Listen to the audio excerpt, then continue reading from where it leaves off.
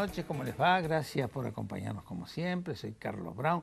Estamos todos los días viernes a las 22 horas por Canal Rural en nuestro programa El Estado que Viene.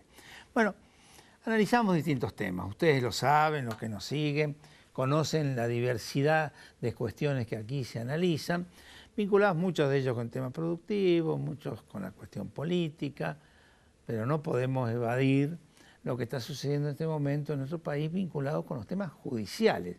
Ustedes saben que es un punto que hoy la ciudadanía lo mira con mucha aflicción, porque realmente la imagen del tema de la justicia ha caído abruptamente y permanentemente aparecen cosas que no se comprenden, no se explican, los dimes y los diretes que nos dejan a todos muy sorprendidos. Y para eso, qué mejor que Alejandro Fargosi. ¿Cómo te va? ¿Qué tal? ¿Cómo estás? Ex consejero de la magistratura, un hombre que anda siempre en estas cuestiones y lo decís con mucha claridad, por sobre todas las cosas. Sin pelos en la lengua. Sin pelos en la lengua. ¿Qué pensás de esto que está sucediendo? Esto que un día la Corte le pide un expediente 48, 72 horas antes del inicio de un juicio impresionante contra una expresidenta, que después suenan las cacerolas y ¡pum!, lo devuelve al día siguiente. ¿Qué es esto? Es una frase que no tiene demasiado gancho con los jóvenes, pero para los que ya ni siquiera nos peinamos canas, porque no tenemos que peinar. No tenemos más nada. Las cortes en la Argentina, en Estados Unidos, en todos los países que tienen nuestro sistema político, las cortes siempre han tenido un componente político. Eso es un hecho razonable, es lógico, en la medida en que no se desmadre. Son elegidos por el sector político. Porque son elegidos por el sector político en la medida que no se desmadre, que no exagere, y además en la medida en que estas personas que llegan a la Corte a través de la política tengan sentido común y tengan sentido jurídico. Por eso, de alguna manera, aún las que fueron calificadas como malas cortes, no eran tan malas como parecía. Se les pegaba porque era parte del juego político, pero no eran tan malas como parecía. Siempre la Corte era como una roca donde uno podía de alguna manera tener previsibilidad. Para ganar o para perder, pero previsibilidad. De repente aparece esto, que es un movimiento que no empezó con el pedido del expediente del juicio de la expresidente, sino que empezó con otros fallos muy preocupantes, como la ley penal retroactiva, con el 2x1, o sea, con fallos bastante preocupantes, donde tenían un componente político que superaba mucho lo jurídico, con la excepción del doctor Rosenkrantz, y de repente esto, que fue una movida evidentemente dilatoria del proceso que tenía que empezar, y por suerte empezó el martes, y claro, yo me imagino lo que habrá pasado en la mente de la mayoría automática esta que de repente apareció, ¿no? De Maqueda, Hayton, Lorenzetti y Rosati. De repente apareció un jugador que no existió nunca antes en el sistema judicial, que es la gente. De repente, las redes sociales, ¿qué es lo que están haciendo? Están esparciendo las noticias judiciales de una manera absolutamente inmediata, en segundos eso pasa, y claro, hay cosas que la gente ya no se banca, porque esa lejana justicia de las medias luces y medias sombras de sillones de cuero, donde uno fumaba en pipa muy tranquilo y se tomaban decisiones que cambiaban la política y la vida real del país, ya dejaron de ser a media sombra y a medias luces. Ahora están en el foco de todos nosotros. Y de repente hubo un cacerolazo por una potencial decisión judicial. Esto es mucho más trascendental de lo que parece, y afortunadamente la Corte de alguna forma recuperó la sabiduría que había perdido y dio marcha atrás. Lo que pasa es que esto, a su vez, no está vinculado a estos movimientos que por allí se intentaron con el tema de la modificación del nuevo presidente de la Corte, de la salida del anterior. Bueno, ¿no hubo ahí también algún manejo, no digo desprolijo, sino digo un manejo indebidamente político de parte del gobierno? No, no creo. Es más, creo que lo que era indebido era una presidencia de 12 años de eternización en el cargo, que era la del doctor Lorenzetti. Yo no creo en esas eternizaciones porque son esencialmente antirrepublicanas. O sea, ¿cuál es la lógica esencial? Para toda la vida. Claro, la lógica esencial de los republicanos es la renovación de los mandatos, no la eternización en los mandatos. Con lo cual, ¿qué autoridad moral puede tener una Corte no digo una persona, una corte que convalida que su presidente sea elegido y reelegido y reelegido y reelegido hasta cambiando los plazos, como que fue lo que hizo Lorenzetti en el 2015. Bueno, por suerte eso terminó, fue elegido un jurista de primerísima como es Rosenkrantz, pero claro, generó una reacción tan brutal como que hasta cambiaron los reglamentos para dejarlo sin poder a Rosenkrantz. Yo digo, en estas cosas, ¿no? Uno lo que observa del gobierno es una gran impericia política, ¿no? Lo observo en la Cámara de Diputados, en lo que pasó con Monzó, lo que pasó con el presidente del propio bloque del PRO, diciéndole, es la política, se lo estaba diciendo al jefe de gabinete, lo que ha pasado con muchos gobernadores. Esta impericia política, ¿no fue también algo que pasó en la Corte? Quizás, la verdad que quizás yo no hubiera hecho algunas cosas que hicieron, pero de todas maneras creo que el tema no está tanto en cómo se manejó el gobierno con la designación primero por decreto y después ya como corresponde, sino creo que ahí la consecuencia es exclusivamente de lo que ha pasado con Lorenzetti. Es poco serio, es inadmisible, es vergonzoso que los jueces que estaban en la corte antes, o sea, Hayton, Maqueda y Lorenzetti, convalidaran un sistema de organización interna de la Corte que les pareció espectacular mientras el presidente fue Lorenzetti y de repente les pareció mal. Me explico para que la gente lo capte. Durante lo que podríamos llamar la era Lorenzetti y hacia atrás, el presidente de la Corte tenía una cantidad de facultades de administración... razonables para un presidente. Exactamente, razonables. De repente cuando, por esas cosas que tuvo esa reunión, termina siendo elegido Rosenkrantz, de repente a la semana o a las 2 semanas empiezan a cambiar los reglamentos porque ya no les parecían bien. Esto no es serio. Esto no es serio y ahí no hay ninguna culpa del gobierno. Eso se llama reorientación del poder. Sí, pero no está bien. Está mal. No, pero yo vuelvo a insistir, no es que me parezca mal lo que ha pasado, ojo, te aclaro, en el sentido de la nueva designación de un presidente ni cosas que se le parezca. Lo que yo observo como un dato casi estadístico, digo, ¿por qué este gobierno comete errores sistemáticos que después le repercuten en contra? Yo tengo una visión relativamente distinta y es que quizás haya sido un error, no sé, pero tuvieron una grandeza política que no fue lo suficientemente aplaudida en nombrar a una persona que venía, en definitiva, de un lejano origen radical, porque el doctor Rosenkrantz no tenía actividad política desde la década del 80. Sí, hombre vinculado con Alfonsín. Con Alfonsín, pero era muy joven, estamos hablando de Rosenkrantz, es más joven que nosotros, o sea, creo que no tiene 60, ahí está. O sea, por un lado, alguien que venía del sector radical, muy en la historia, y por el otro lado, una persona que es el día de hoy, que es peronista. Con lo cual, el gran gesto político, solo parangonable con el de Mitre cuando la primera corte, que tuvo el PRO sobre todo, porque Cambiemos también están los radicales, ¿no? Pero todo el PRO fue decir, bueno, en la corte pongo gente que no viene de mí. No, eso estuvo muy bien. Entonces, el problema es que la moneda, el repago de eso, o sea, la moneda de cambio de eso, en lugar de ser una corte asentada y madura, fue una corte política. No, eso no es culpa del gobierno, en todo caso es culpa de los que tomaron de los que hicieron esa voltereta, de la corte. Vamos al primer corte y al segundo bloque. Adelante, señor director.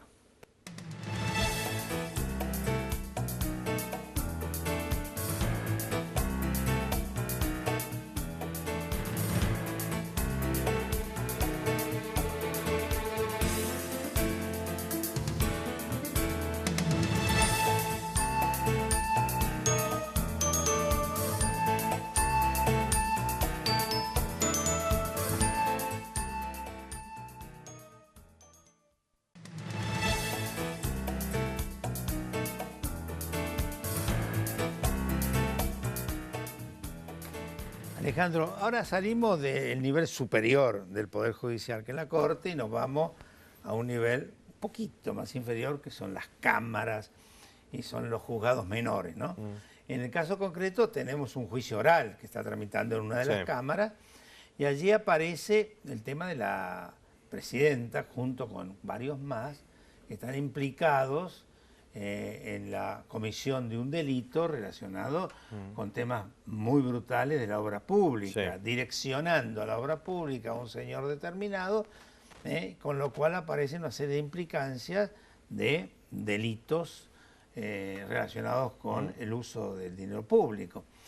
¿Cómo ves todo eso? Porque ahí también hay cosas que no me terminan de convencer. ¿Por qué la presidenta está en la última fila y no en la primera?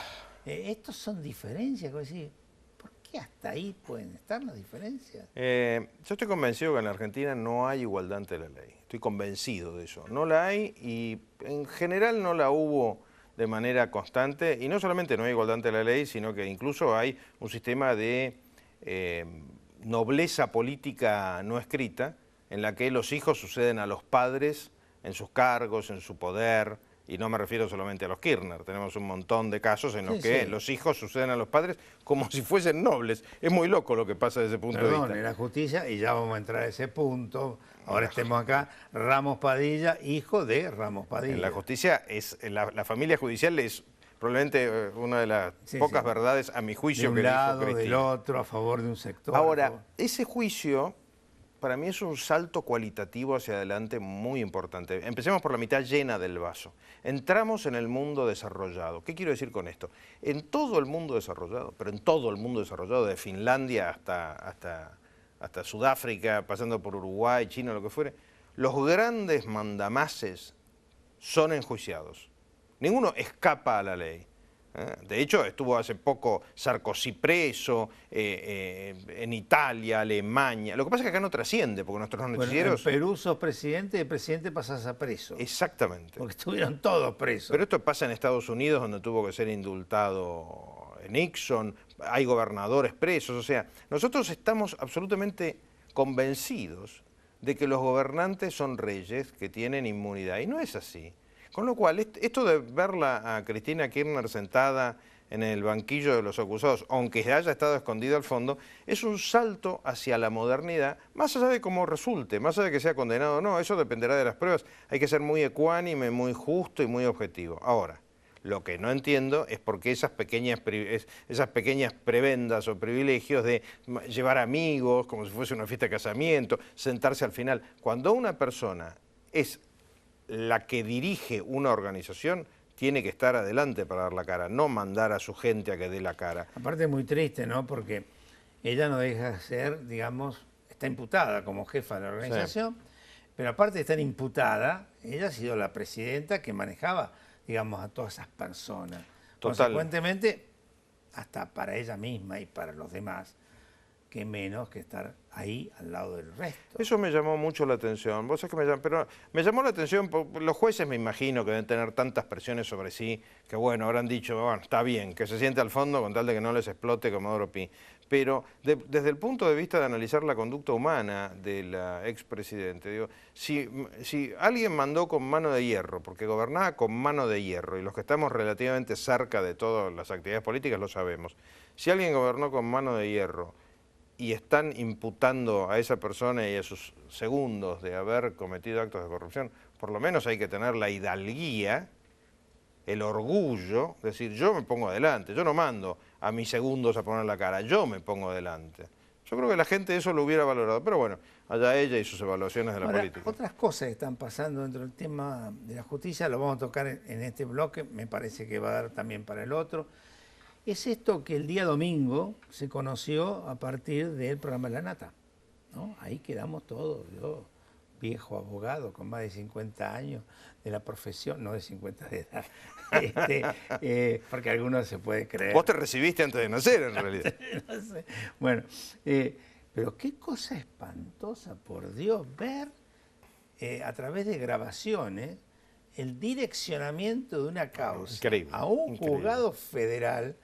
Vos sabés que yo te voy a pedir que dentro de tus posibilidades puedas traducirlo a la gente, porque a mí me costaba, a pesar de mi experiencia, terminar de entender ese entretejido. Hay una deformación del sistema de sorteos de los juicios, y es cuando hay un solo juzgado en una determinada zona y se hace lo que se llama en la jerga el forum shopping. ¿Qué es el forum shopping? Es hacer el shopping del foro, el shopping del juzgado. Entonces, ¿cómo puede lograr uno que, en lugar de ir a un sorteo entre 12 jueces, como sería acá en la capital federal, porque hay 12 jueces federales penales, en lugar de ir a un sorteo que nadie sabe cómo va a salir, o algunos saben pero no comparten cómo, elegir a un juez o a otro juez? Inventar algo que haga que vaya directamente a un juez cuando es el único juez actuante, o el juez que está de turno. Dicen, no me consta, con lo cual no puedo hacerme cargo de lo que termine probándose, que eso fue lo que ocurrió en este caso, donde todo el armado en torno a la jurisdicción del juez Ramos Padilla se basa en una reunión en Pinamar.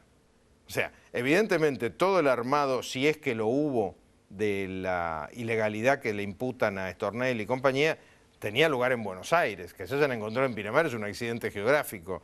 Es lo mismo que haber imputado a alguien porque estaba en un avión sobrevolando La Pampa. O sea, Ahora, lo de Stornelli, que yo personalmente no estoy de acuerdo que no se haya presentado, me parece una equivocación, me sabrá por qué, pero me da como la sensación de que nada más que una cosita chiquitita, lo que hay detrás de esto es la búsqueda de la caída de los procesos penales que hoy existen a partir de poner en duda todo. Este es un tema político, como lo veo yo, ¿no? Es un tema que, como no tienen defensas legales, porque se han presentado a declarar hasta los que pagaban coimas en la causa de los cuadernos, como no hay defensas legales, lo que están haciendo es tratando de politizarlo. ¿Cómo lo politizan?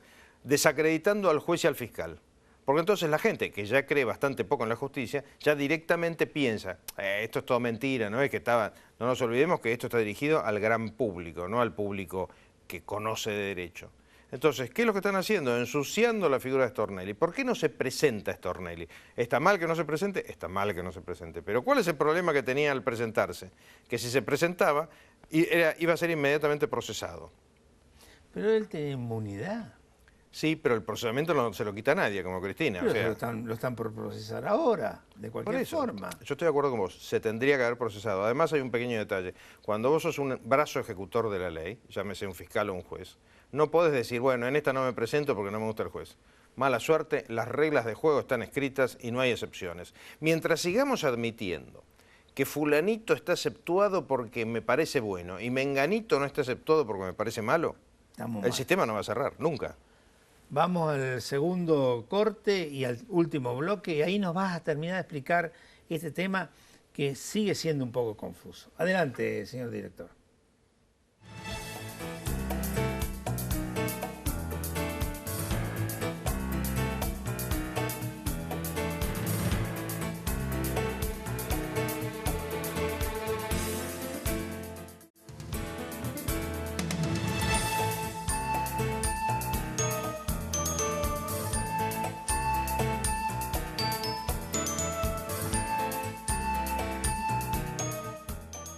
Alejandro, estamos en pleno análisis de este tema tan rimbombante que sale a la luz pública.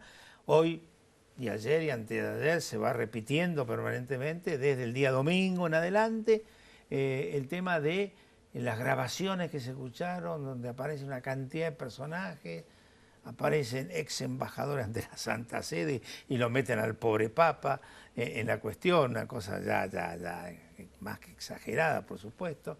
Pero yo no sé si todos entendemos. Detrás de esto, ¿qué hay?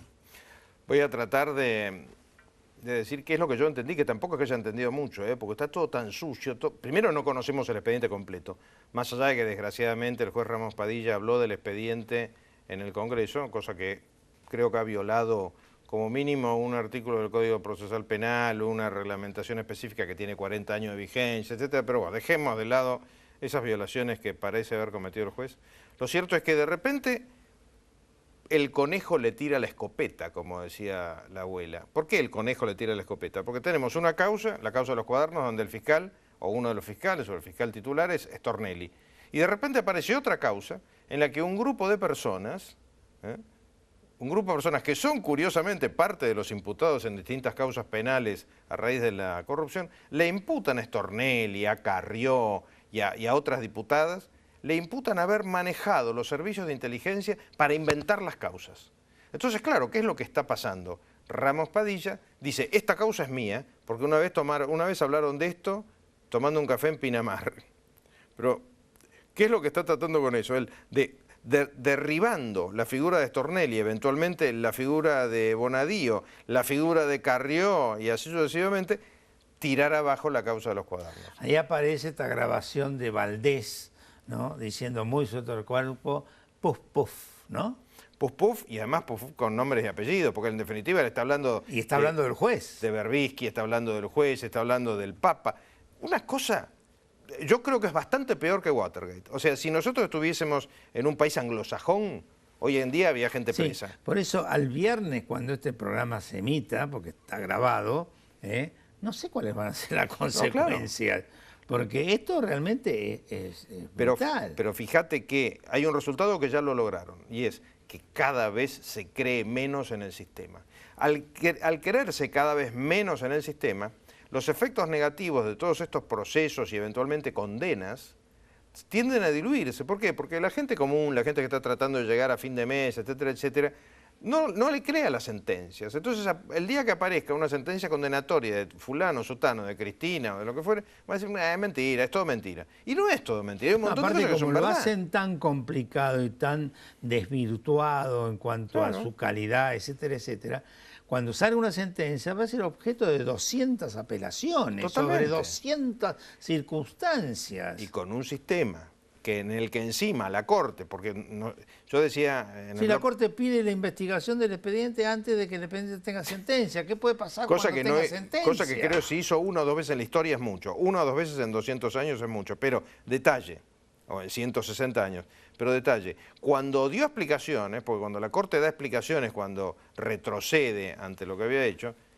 es más amenaza que contrición lo que está haciendo. En esa explicación con el proceso. Claro, en esa explicación de 10 puntos está advirtiéndole al Tribunal Oral Federal número 2 que no vaya a sacar los pies del plato. Ahora, ¿a qué se le llama sacar los pies del plato? ¿Aplicar la ley?